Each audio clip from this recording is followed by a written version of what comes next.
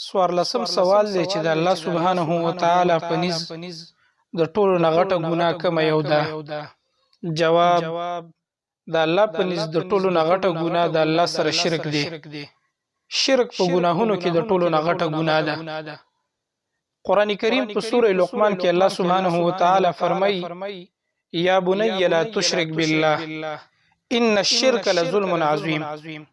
لقمان حکیم خپل زوی ته نصیحتونه کړیو.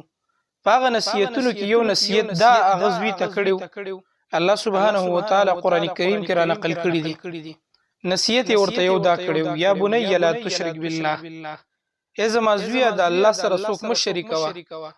ولی ان الشرك لظلم عظیم، د الله سره شرک د ټولو نه غټ ظلم دی، د ټولو نه غټه ګناه ده.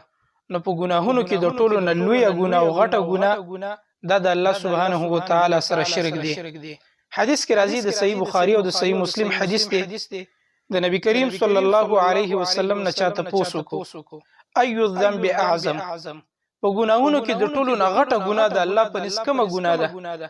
نبی کریم صلی الله علیه وسلم ورته فرمایل چې د ټولو نه غټه ګناه دا ده ان تجعل لله ندا، چې ته د الله سره څوک شریک کړي او هو خلقک، او هغه الله ته پیدا کړي. په ګناهونو کې د ټولو نه لویه ګناه دا د الله سبحانه و تعالی سره شرک دی.